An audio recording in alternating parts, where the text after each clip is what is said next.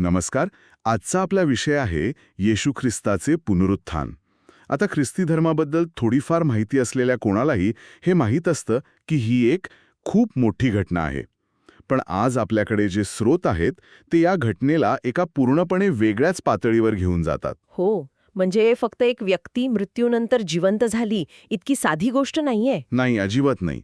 स्रोत याचा संबंध थेट पापांची क्षमा, विश्वाचा अंतिम न्याय आणि चक्क काळ आणि अवकाशाच्या म्हणजे स्पेस टाईमच्या शासनाशी जोडतात. अगदी. आणि आज आपलं काम आहे या सगळ्या गुंतागुंतीच्या धाग्यांना एकत्र विणून त्यातून एक सुसंगत चित्र तयार करणे. बरोबर. हे स्रोत या घटनेला विश्वासाचा पाया का मांडतात आणि प्रार्थनेचा संपूर्ण पत्ता त्यामुळे कसा बदलला हे आपण समजून घेणार आहोत. आणि सुरुवातच एका अशा विधानाने होते जे खरं तर थोडं धक्कादायक वाटू शकतं. स्रोतांमध्ये स्पष्टपणे म्हटलं आहे की जर येशूचे पुनरुत्थान झाले नसते तर सगळा विश्वासच व्यर्थ आहे. शून्य. हो, शून्य. लोक अजूनही त्यांच्या पापांमध्ये अडकून पडले असते. याचा अर्थ स्पष्ट आहे. पुनरुत्थान हा केवळ एक चमत्कार नाही, तर ती एका मोठ्या वैश्विक व्यवहाराची पावती आहे. अच्छा. त्याशिवाय पापांची क्षमा, तारण, न्याय यापैकी कशालाच काही अर्थ उरत नाही. ठीक आहे. विश्वास व्यर्थ आहे. हे खूपच मोठं विधान आहे. चला हेच विधान उलगडून बघूया. म्हणजे पुनरुत्थान हीच सगळ्या गोष्टींची किल्ली आहे. पण स्रोतानुसार पुनरुत्थान झालं याचा नेमका अर्थ काय होतो? त्याचा पापांशी इतका जवळचा संबंध का जोडला गेलाय? याचा संबंध पापाच्या मूळ व्याख्येशी आहे. स्रोतानुसार पाप हे मृत्यूला जन्म देते. म्हणजे जो कोणी पापी आहे तो मृत्यूच्या अधीन आहे. मृत्यू त्याला पकडून ठेवतो. ओके. त्यामुळे जर एखादी व्यक्ती मृत्यूनंतर पुन्हा जिवंत झाली तर तो या नियमाला अपवाद ठरते. याचाच अर्थ असा होतो की मृत्यूला त्या व्यक्तीवर अधिकार गाजवता आला नाही. आणि मृत्यूला अधिकार का गाजवता आला नाही? कारण त्या व्यक्तीने पाप केले नव्हते. थांबा, म्हणजे हे एक प्रकारचं तार्किक समीकरण झालं मग. हो, पाप म्हणजे मृत्यू, पुनरुत्थान म्हणजे मृत्यूवर विजय. बरोबर. आणि म्हणूनच पुनरुत्थान म्हणजे पाप विरहित असण्याचा पुरावा, हेच ना? अगदी बरोबर. तुम्ही अगदी योग्य मुद्दा पकडलाय. हाच यातील मुख्य मुद्दा आहे. येशूने पाप केले नव्हते म्हणूनच मृत्यू त्यांना धरून ठेवू शकला नाही. पण मग प्रश्न येतो की जर त्यांनी पाप केलंच नव्हतं तर ते मरण पावलेच कसे? बरोबर. इथेच प्रायश्चित्त किंवा अटोनमेंट ही संकल्पना येते. त्यांनी इतरांच्या पापांचे ओझे स्वतःवर घेतले आणि त्या पापांची शिक्षा म्हणून ते मरण पावले. त्यांच्या रक्ताने एक नवीन करार स्थापित झाला जो विश्वास ठेवणाऱ्यांना पापांची क्षमा मिळवून देतो. म्हणजे हे असं आहे का जसं कोणीतरी दुसऱ्याचं कर्ज फेडण्यासाठी स्वतः तुरुंगात जातो, पण तो स्वतः गुन्हेगार नसल्यामुळे तुरुंग त्याला कायमचा डांबून ठेवू शकत नाही? मग पुनरुत्थान ही त्याची सुटका झाली याचा पुरावा आहे का? खूपच छान उदाहरण आहे. अगदी तसंच. पुनरुत्थान हाच तो पुरावा आहे. जणू काही देवाने शिक्का मारून सांगितलं की हा निर्दोष आहे आणि त्याने इतरांच्या पापांसाठी दिलेलं बलिदान किंवा फेडलेली किंमत मी स्वीकारली आहे. त्यामुळे हा व्यवहार 100% वैध आहे. अच्छा. जर ते पुनरुत्थान नसते तर ह्याचा अर्थ ते स्वतःच पापी होते आणि त्यांनी इतरांसाठी केलेलं बलिदान व्यर्थ ठरलं असतं. हो, व्यर्थ ठरलं असतं. मग कोणालाच क्षमा मिळाली नसती. समजलं. त्यामुळे पुनरुत्थान हे क्षमेच्या प्रक्रियेचं शिक्कामोर्तब आहे. पण या सगळ्याचा न्यायाशी काय संबंध आहे? स्रोतांमध्ये मोठ्या पांढऱ्या सिंहासनासमोरील न्यायाचा म्हणजे ग्रेट व्हाईट थ्रोन जजमेंटचा उल्लेख आहे. तिथे काय होणार आहे? क्षमा मिळाली म्हणजे न्यायाची गरज संपली का? नाही. उलट क्षमेमुळेच न्यायाचा मार्ग मोकळा होतो. त्या न्यायाच्या वेळी प्रत्येकाचं आयुष्य एका खुल्या पुस्तकासारखं सर्वांसमोर उघड केलं जाईल. तेव्हा हे तपासलं जाईल की ज्यांना क्षमा मिळाली त्यांनी त्या नवीन कराराचं पालन केलं की नाही. म्हणजे त्यांनी खरंच देवावर आणि आपल्या शेजाऱ्यावर प्रेम केलं का हे तपासलं जाईल. हो, ज्यांनी खरोखरच तसं जीवन जगलं त्यांचं आयुष्यच त्यांच्या विश्वासाचा पुरावा बनेल. पण ज्यांनी फक्त तोंडी विश्वास ठेवला पण प्रत्यक्षात कराराचं उल्लंघन केलं त्यांचं आयुष्यच त्यांच्या विरोधात साक्ष देईल. अच्छा. त्यामुळे पुनरुत्थान हे केवळ क्षमेचीच नाही तर अंतिम न्यायाचीही पायाभरणी करते. ठीक आहे. म्हणजे पुनरुत्थान हे पाप आणि मृत्यूवर मिळवलेला विजय आहे. पण मग मृत्यूचं स्वतःचं असं एक क्षेत्र आहे का ज्याबद्दल स्रोत बोलतात? मला वाटतं इथेच हेडिसची संकल्पना येते. हे हेडिस किंवा पाताळ नक्की काय आहे? हे नाव तर ग्रीक कथांमधून आल्यासारखं वाटतं. हो, म्हणजे गंमत बघा, हा शब्द मूळचा तिथूनच आलाय. ग्रीक कथांमधून? हो, पण बायबलमधले जे स्रोत आहेत ना त्यात त्याचा अर्थ खूप वेगळा आहे. हेडिस किंवा हिब्रूमध्ये शोल हे मृत्यूचे क्षेत्र आहे. ही एक तात्पुरती जागा आहे. तात्पुरती. हो, तात्पुरती. जिथे पापामुळे मृत्यू झालेले आत्मे अडकलेले आहेत. स्रोतानुसार सैतानाला या क्षेत्रात मृत्यूची शक्ती वापरण्याचा अधिकार आहे. म्हणजे तो पापाद्वारे लोकांना मृत्यूकडे ओढतो आणि हिडिसमध्ये कैद करतो. हे एक अंधाराचं क्षेत्र आहे. पण मला एक प्रश्न पडला आहे. जर हे सैतानाचं क्षेत्र आहे तर ते देवाच्या नियंत्रणाबाहेर आहे का? कारण मृत्यू तर अटळ वाटतो. नाही, मुळीच नाही. आणि हाच यातला सर्वात महत्वाचा मुद्दा आहे. देव हे काळ आणि अवकाशाचे मालक आहेत. त्यामुळे हिडेस सुद्धा देवाच्याच मालकीचे आहे. ओके. हिडिसची सत्ता अमर्यादित नाही. स्रोतांमध्ये एक धक्कादायक गोष्ट सांगितली आहे. एका ठराविक वेळी मृत्यू आणि हेडिस या दोघांनाही उचलून अग्नीच्या तळ्यात म्हणजे लेक ऑफ फायरमध्ये टाकले जाईल. एक मिनिट. म्हणजे मृत्यूलाच मृत्यू येणार आहे.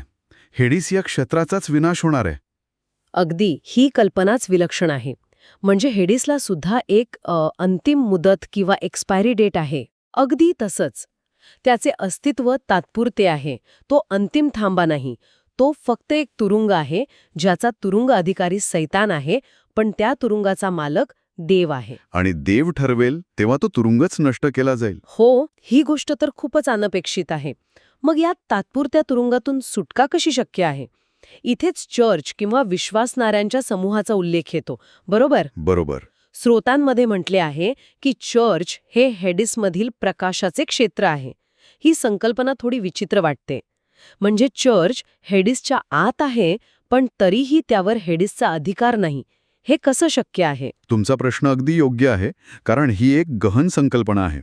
याला असं समजा की पाप आणि मृत्यूच्या प्रभावाखाली असलेले हे जगच एक प्रकारे हेडिसचे क्षेत्र आहे. अच्छा, ओके. पण जे लोक देवाच्या आज्ञा पाळतात आणि येशूवर विश्वास ठेवतात, ते या जगात राहूनही मृत्यूच्या सत्तेखाली येत नाहीत. जेव्हा दुसरा देव म्हणजे येशू जगात आले, तेव्हा ते याच अंधारात म्हणजे हेडिसमध्ये खरा प्रकाश म्हणून आले. म्हणजे ते अंधाराच्या क्षेत्रात आले, पण अंधार त्यांना गिळू शकला नाही. बरोबर. त्यांनी पापावर विजय मिळवून एक आदर्श ठेवला. आता जे विश्वास ठेवणारे त्यांच्या रक्ताद्वारे मिळालेल्या क्षमेमुळे आणि पवित्र आत्म्याच्या सहाय्याने पापावर विजय मिळवतात. त्यांचे पुनरुत्थान होते आणि ते हेडिसच्या अंतिम पकडीतून सुटतात. म्हणजे चर्च किंवा विश्वासणाऱ्यांचा समूह हा हेडिसच्या अंधारात देवाच्या राज्याचा एक प्रकाशित भाग आहे. हो, एक इल्युमिनेटेड झोन आहे.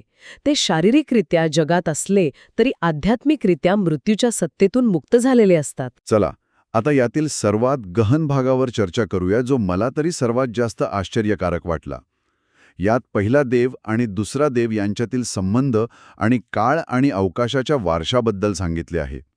हे तर एखाद्या विज्ञान काल्पनिकेसारखं वाटतंय. हे जरा सोपे करून सांगू शकाल का? नक्कीच. आणि सुरुवात करण्यापूर्वी हे स्पष्ट करते की स्रोत इथे पहिला देव आणि दुसरा देव असे शब्द वापरत आहेत, जे त्रैरिक्याची या संकल्पनेतील पिता आणि पुत्र यांच्या भूमिकेकडे निर्देश करतात. समजलं. तर स्रोतांनुसार येशूच्या येण्यापूर्वी देवाचं नाव पृथ्वीवर जेरुसलेममधील मंदिरात वास करत होते. म्हणून लोक त्या मंदिराकडे तोंड करून प्रार्थना करायचे. ते केंद्र होतं. म्हणजे देवाशी संपर्क साधण्याचं ते एक अधिकृत ठिकाण होतं. हो. पण जेव्हा दुसरा देव म्हणजे येशू पहिल्या देवाच्या नावाने जगात आले, तेव्हा ते स्वतःच चालतं फिरतं मंदिर बनले. देवाचं नाव आता त्यांच्यात वास करत होतं. अच्छा. अस्त्र होते. आणि त्यांच्या पुनरुत्थान आणि स्वर्गारोहणानंतर काय झाले? इथेच वारसा हक्काची गोष्ट येते का? मला वाटतं हा सर्वात मोठा आणि महत्वाचा बदल आहे. अगदी बरोबर.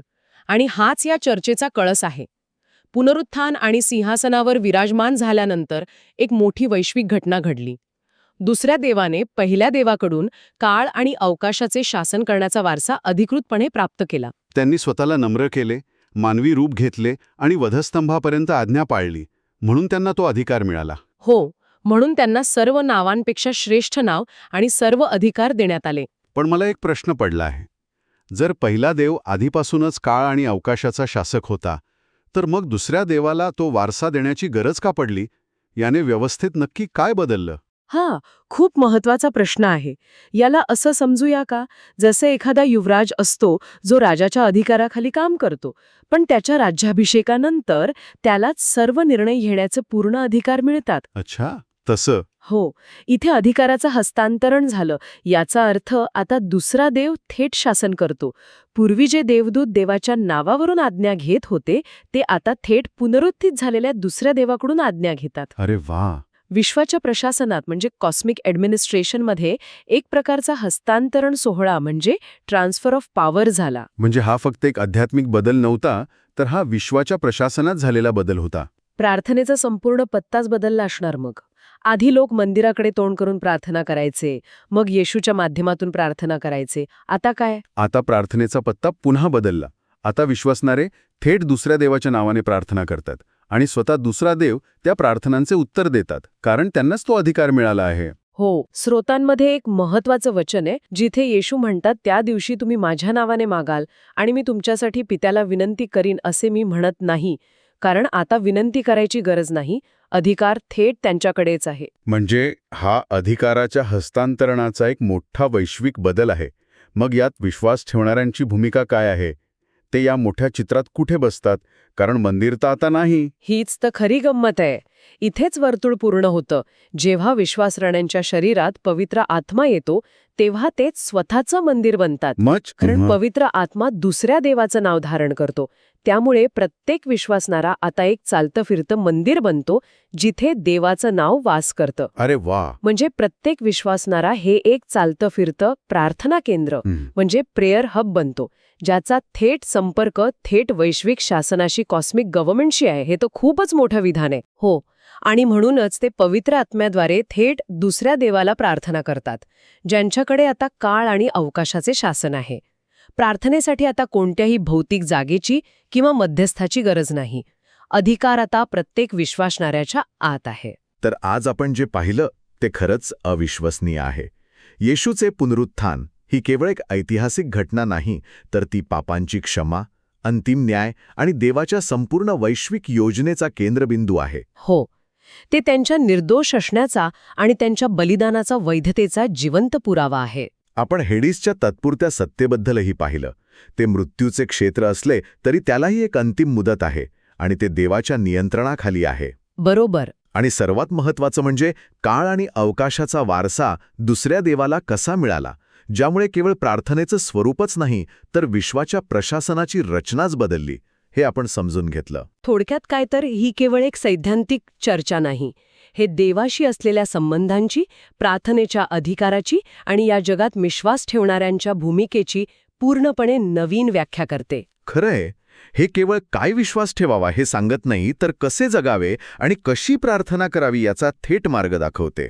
आणि या स्रोतांच्या शेवटी एक विचार दिला आहे, जो आपल्याला आपल्या मर्यादांची जाणीव करून देतो. त्यात म्हटले आहे की जे प्राणी फक्त काळ आणि अवकाशात अस्तित्वात आहेत, म्हणजे आपण माणसं, ते देवाच्या त्रैक्याच्या म्हणजे ट्रिनिटीच्या अनंत स्वरूपाला कधीच पूर्णपणे समजू शकत नाहीत. आपण आपल्या त्रिमितीय जगात राहून त्या पलीकडच्या गोष्टींचा केवळ अंदाज लावू शकतो. अगदी. आणि हाच विचार आपण ऐकणाऱ्यांसाठी सोडून जात आहोत. जर आपले आकलन आपल्या काळ आणि अवकाशातील अस्तित्वामुळे मर्यादित असेल, तर मग त्या पलीकडे कार्य करणाऱ्या शक्तीवर विश्वास ठेवण्याचा खरा अर्थ काय असू शकतो?